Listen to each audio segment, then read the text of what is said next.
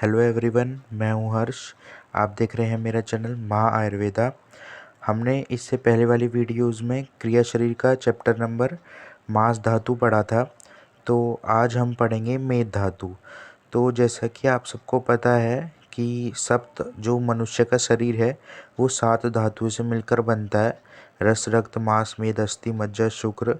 तो इसमें से मैंने रस धातु और रक्त धातु और मांस धातु, ये तीनों धातु आपको बता दी हैं अच्छे से। आज हम पढ़ेंगे मेद धातु। तो मेद धातु में हम देखते हैं सबसे पहले, तो यहाँ पर देखिए क्या लिखा हुआ है। मेद क्या होता है? मेद धातु की उत्पत्ति। मेधति स्नेहति इति मेधा। तो आयुर्वेद में रस, रक्त, मांस के पश्चात मेद धातु का वर्णन किया है। अभी अभी मैंने बताया ये मेद की निरुक्ति है, ये आपको याद कर लेनी है। जो संस्कृत का निरुक्ति चैप्टर मैंने पढ़ाया था आपको, तो उसमें भी देखो यही लिखी थी मैंने, मेधति स्नेहति इति मेधा। अब इसके बाद देखते हैं यहाँ पर मेद की उत्पत्ति कैसे होती है। जो आचार्य सुश्रुत हैं तो उन्होंने मेदधरा कला नामक तीसरी कला का वर्णन किया है। तो ये कला चैप्टर है रचना शरीर का। अगर आपको कला चैप्टर पढ़ना है रचना शरीर का तो आप मुझे बता देना कमेंट करके। तो यहाँ पर देखिए जो कला बताई थी तो उसमें तीसरी जो कला है तो उसको उसमें को हमने मेदधरा कला बताया आचार्य सुश्रुत ने। अब आधुनिक के अनुसार मेद किसे कहेंगे? तो आधुनिक के अनुसार जो मेद कहेंगे वो ओमेंटम, जो मेंटम होता है ओमेंटम, तो उसे ही, या फिर डिफेशिया। तो इसे हमने क्या बोला है? मेदधरा कला या मेद धातु बताया गया है। अब मेद जो होता है प्राणियों में उदर तथा छोटी अस्थियों में रहता है और बड़ी अस्थियों में मज्जा रहता है। तो उदर क्या होता है? जो हमारा स्टमक रीजन जो होता है उसमें, उदर में, और जो आगे का रीजन उदर बोलते हैं, और यहाँ पर देखिए छोटी अस्थियों में रहता है, और जो बड़ी अस्थि होती है उनमें मज्जा रहता है। तो एक तरीके से मेद मैं आपको नॉर्मली बताता हूँ।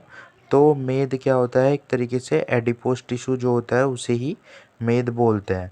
अब यहाँ पर देखिए जो शुद्ध मांस का जो स्नेह है उसे ही वसा नाम से जाना जाता है। इसके लिए फैट का कंटेंट फ्लैशी जानना चाहिए। तो वही बात मैंने बताई कि जो व्यक्ति मोटा होता है तो उसमें मेद धातु जो होती है ज़्यादा हो जाती है, तो उसका शरीर जो है वो उसमें जो यहाँ पर देखिए लिखा है, ये फ्लैशी कंटेंट जो होता है, फैट जो होता है वो ज़्यादा हो जाता है, तो उसे ही मेद बोलते हैं। अब इसके बाद देखिए इसकी उत्पत्ति। तो इसकी उत्पत्ति के लिए मैंने सबसे ऊपर एक चार्ट बनाया है।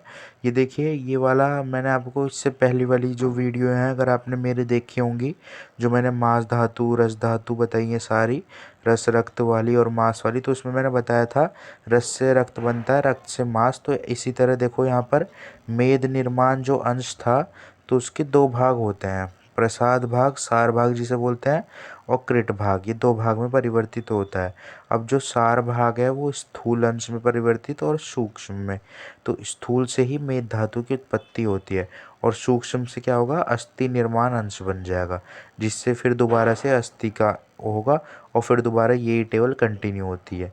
ऐसे ही अगली अगली धातु बनते ही, और ये उपधातु बनती है। और इसकी उपधातु क्या है?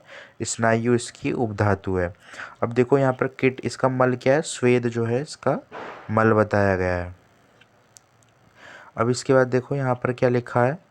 मनुष्य जो उदर है, मतलब जो स्टमक रीजन जो होता है, तो उसमें उदर में वसा जो है उसका संचलन स्थान होता है। तो देखिए आपने देखा होगा जो पेट होते हैं व्यक्तियों के तो ज़्यादातर मोटे हो जाते हैं, तो उदर का जो आगे वाला रीजन होता है तो उसमें क्या बताया गया है? संचय स्थान है किसका? वसा का। तो जब शरीर में स्थूलता मतलब मोटापन होता है तो यही स्थान अधिक बढ़ जाते हैं।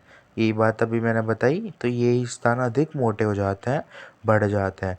इस काल में वसा का संचय अन्य अंगों में भी होता है, तो अंग जो उदर है उसमें विशेषकर होता है और बाकी स्थानों पर भी हो जाता है शरीर के।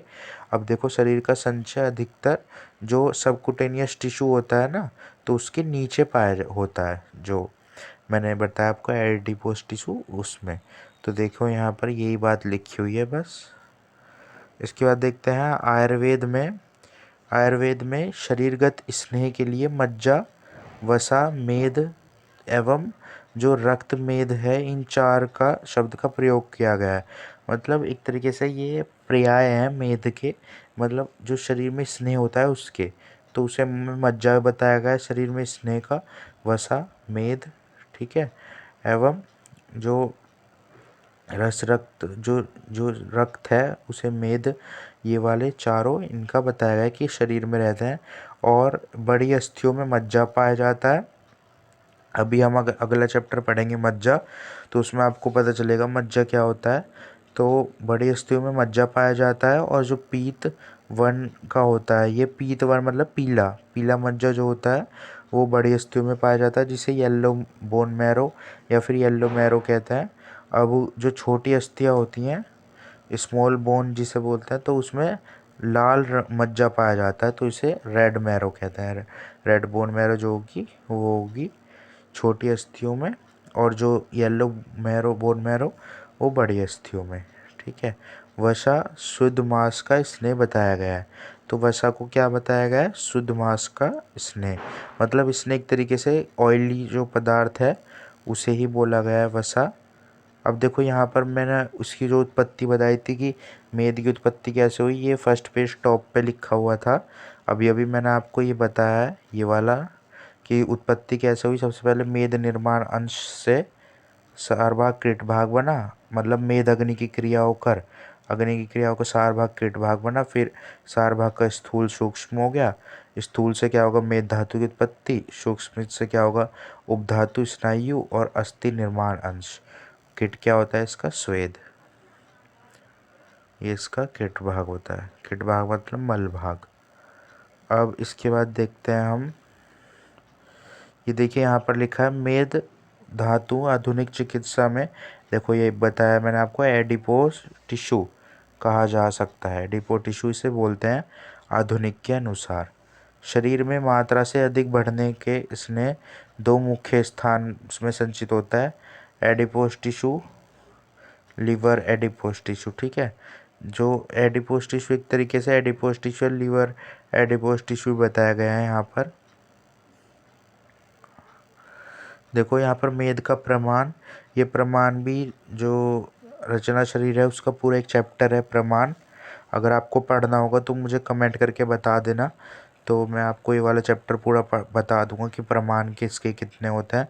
तो मेद का प्रमाण कितना होता है? 2 मेद से, मतलब 2 अंजलि जो होता है वो मेद का प्रमाण माना है। अष्टांग हृदय और चरक ने मेद धातु को 2 अंजलि प्रमाण बताया है। अब मेद व स्त्रोतस, आचार्य सुश्रुत ने वृक और कटी ये मेद व स्त्रोतस माना है, और चरक ने क्या माना है? वृक और वपाभान। बस जितना मैंने अंडरलाइन करा है आपको उतना ही पढ़ना है, ये मोर देन इनफ है। और इसके बाद देखते हैं यहाँ पर कटी एवं वृक, जो इन दोनों स्थान जो है मेद की वृद्धि होने पर इनके लक्षण जो है सबसे पहले प्रकट होते हैं। अब मेद धातु का कार्य क्या है? मेद धातु मतलब क्या क्या कर्म करता है?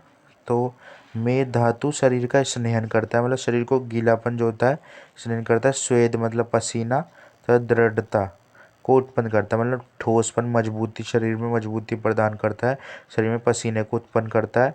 और इसके अतिरिक्त ये उत्तर धातु मतलब अस्थि धातु का निर्माण भी करता है, ठीक है। और इसकी भूमिका अस्थि धातु का निर्माण करने में बहुत अहम है। और क्योंकि आपको ये मैंने हर बार बताता हूँ कि रस से रक्त बनता है, रक्त से मांस, मांस से मेद, ऐसी मेद से क्या बनता है? अस्थि। तो ये अस्थि धातु का निर्माण करने में इसकी विशेष भूमिका बताई गई है। और मेद के क्षीण होने से, मतलब मेद में कमी आने से अस्थि की पुष्टि भी अच्छे से नहीं हो पाती, क्योंकि उस पर भी प्रभाव पड़ जाता है। और अगर मेद अच्छे से बनेगा तो अस्थि भी बहुत ही अच्छे से बनेगी। इसके बाद देखते हैं आहार। आहार के साथ जब स्नेह लिया जाता है, मतलब जैसे तेल हम ले लेते हैं, तेल घी, घी का सेवन करते हैं स्नेह में, तो आहार के साथ जब लिया जाता है तो अधिक इनके सेवन अधिक होने से वसा के रूप में एकत्रित हो जाता है। जब कहते हैं ना, जो इंसान ज़्यादा तेल घी खाता है तो वसा के रूप में इकट्ठी होकर एडिपोस टिश्यू अधिक बढ़ जाता है और वो आदमी मोटा हो जाता है। तभी ये बात याद रखना, जैसे कि कोई व्यक्ति मोटा है तो उसे बोलते हैं हम लोग कि तेल कम खाया, तेल वाली चीज़ें कम खाओ, तेल घी का प्रयोग कम करो। तो यही बात है, नॉर्मल सब कुछ एक दूसरे से रिलेटेड है। आप एक बार रिलेट करके देखो, आसानी से समझ में आ जाएगा। इसके बाद देखते हैं मेद धातु। तो मेद धातु का पंचभौतिक संगठन, मतलब ये इसमें बताया गया है कि मेद धातु में 5 महाभूत जो मैंने बताया, जो 5 महाभूत है आकाश, वायु, अग्नि, जल, पृथ्वी, तो उसमें से मेद धातु में कौन कौन से महाभूत है? मेद धातु में जल और पृथ्वी महाभूत की प्रधानता होती है। जल और पृथ्वी की प्रधानता क्यों होगी? तो ये तो सोचने वाली बात है। आप एक बार सोच के देखो, क्योंकि मेद कैसा होगा, एक तरीके से स्नेह होता है ना, तो लिक्विडनेस होगा, तो जल महाभूत हो गया। और वो थोड़ा सा मतलब भारी भी तो होता है, चिकना जैसे घी होता है, थोड़ा भारी भी होता है, तो पृथ्वी महाभूत की प्रधानता होगी। इसके बाद देखते हैं मेद क्षय के लक्षण, मतलब मेद में अगर कमी आ जाए तो उसके क्षय के लक्षण। तो यहाँ पर ये वाला श्लोक आपको याद करना है। ये अगर आपने यहाँ पे कर लिया तो अच्छी बात है, नहीं तो अष्टांग हृदय के जो आप 11 चैप्टर पढ़ोगे तो उसमें भी आपको याद ही करना होगा। अगर आपको अष्टांग हृदय के लेक्चर्स चाहिए तो आप मुझे बता देना कमेंट करके, तो मैं चैप्टर वाइज अष्टांग हृदय के लेक्चर्स अपलोड कर दूँगा चैनल पे। तो आप मुझे अष्टांग हृदय और चरक संहिता के बता देना, और रचना शरीर के, अगर जिसके भी आपको सबसे पहले चाहिए तो आप मुझे बता देना कमेंट करके, फिर मैं उसी के लेक्चर्स अपलोड कर दूंगा चैनल पे सबसे पहले। ये देखते हैं, देखिए मेदसी, जो जो मेद है, ये वाला श्लोक आपको याद करना है। मेदसी सुपर्णम कट्या प्लीहा वृद्धि कृष्णता। अगर देखो ये वाला याद हो जाए तो ठीक है, नहीं तो आपको हिंदी याद कर लेनी है, मेनली हिंदी आपको आगे काम आएगी इसकी। तो यहाँ पर देखिए अष्टांग हृदय कार ने मेद से होने पर कटी, मतलब कमर जो होती है उसमें शून्यता। तो अगर देखो मेद की कमी आएगी ना, तो कट जो कमर है ना उसमें कमजोरी आ जाती है, कमर में दर्द होने लगता है। प्लीहा मतलब स्प्लीन की वृद्धि हो जाती है, स्प्लीन की इन्फ्लेमेशन हो जाएगी। और अंगों में कृशता, मतलब जो शरीर के अंग हैं उनमें कमजोरी आ जाएगी। और मेद संचय होने का स्थान कटी माना गया है, मतलब कमर जो है ना उसका संचय स्थान माना गया है। इस कारण मेद के क्षीण होने से, मतलब मेद की कमी होने से कटी प्रदेश में खालीपन आ जाएगा। एक तरीके से वही बताया, अगर शरीर में मेद की कमी हो जाएगी ना तो कमर में दर्द, और कमर कटी रीजन जो होता है उसमें क्या होगा, उसमें दर्द होने लगेगा और खालीपन आ जाएगा, खोखलापन आ जाएगा। तभी कहता है ना, जब पेशेंट के जोड़ों में दर्द होने लगे या जोड़ों से आवाज़ आने लगे, कटी कमर में दर्द होने लगे, तो उसे बोलता है कि घी का सेवन कराएं, जो ऑयल है, तेल या घी का सेवन कराएं, ताकि जो उसके शरीर की कटी है और जो खोखलापन आ गया शरीर हड्डियों में, कमर में दर्द है, तो वो ठीक हो जाए। तो एक दूसरे से रिलेट करके देखो, आपको आसानी से चीज़ें समझ में आती चली जाएंगी। यहाँ पर देखो मेद की वृद्धि होने के लक्षण। तो मेद की वृद्धि होने से क्या होता है? मेद की वृद्धि की चिकित्सा बताइए। अवतर्पण। देखो अवतर्पण क्या है, मैंने आपको बता रखा है। अवतर्पण क्या होता है, जैसे कोई उपवास करते हैं या कोई हम भोजन कम करने वाला, हल्का फुल्का खाना, लघु आहार का सेवन करना, या फिर बिल्कुल ही सेवन ना करना, ये सब अवतर्पण भी जो होती हैं वो चिकित्सा होती है। तो अगर देखो जैसे मेद बढ़ गया तो मतलब एडिपोज टिश्यू बढ़ गए, तो आदमी मोटा हो जाएगा, फैटी हो जाएगा, तो उसे अवतर्पण कराना है, मतलब कि उपवास कराना है या फिर लघु हल्का फुल्का खाना देना है। यहाँ पर यही बात बताइए। अब इसके बाद देखो यहाँ पर बढ़ी हुई जो मेद धातु है वो मांस के समान विकार उत्पन्न करती है। अल्प चेष्टा, अल्प चेष्टा होकर में ही श्वास फूलना, स्फिक स्तन, उदर की वृद्धि होना। तो ये बात तो नॉर्मल है, जनरली है। तो इसमें देखो, अगर जैसे जो आदमी मोटा होता है उसके मेद बढ़ा हुआ होता है, तो वो थोड़ा सा ही कार्य करता है ना, चेष्टा थोड़ी सी करेगा तो उसका सांस फूलने लगता है। तो आपको ये पता ही है। और उसका जो जो स्फिक रीजन है, मतलब हिप रीजन जो होता है, और स्तन रीजन, और यहाँ पर उदर रीजन जो है, स्टमक रीजन, तो ये सब रीजन में जो है वृद्धि होने लगता है, मतलब इनका आकार बढ़ जाता है। अब यहाँ पर देखो मेदसार पुरुष के लक्षण।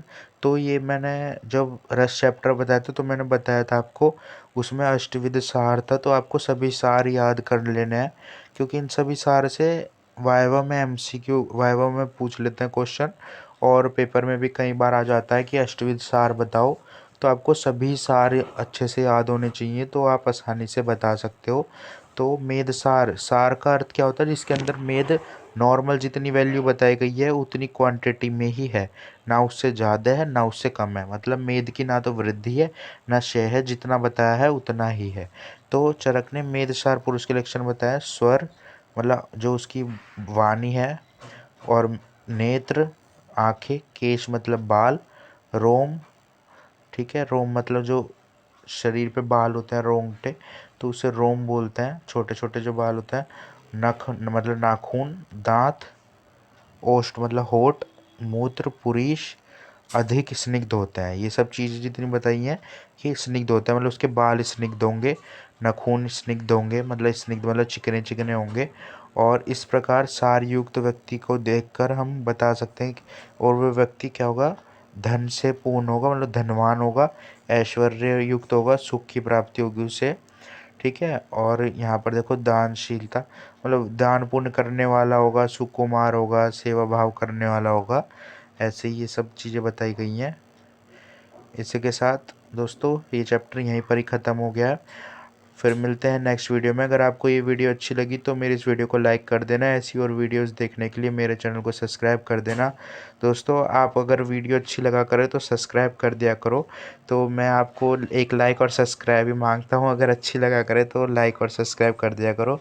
फिर मिलते हैं नेक्स्ट वीडियो में नेक्स्ट चैप्टर के साथ। Thank you everyone.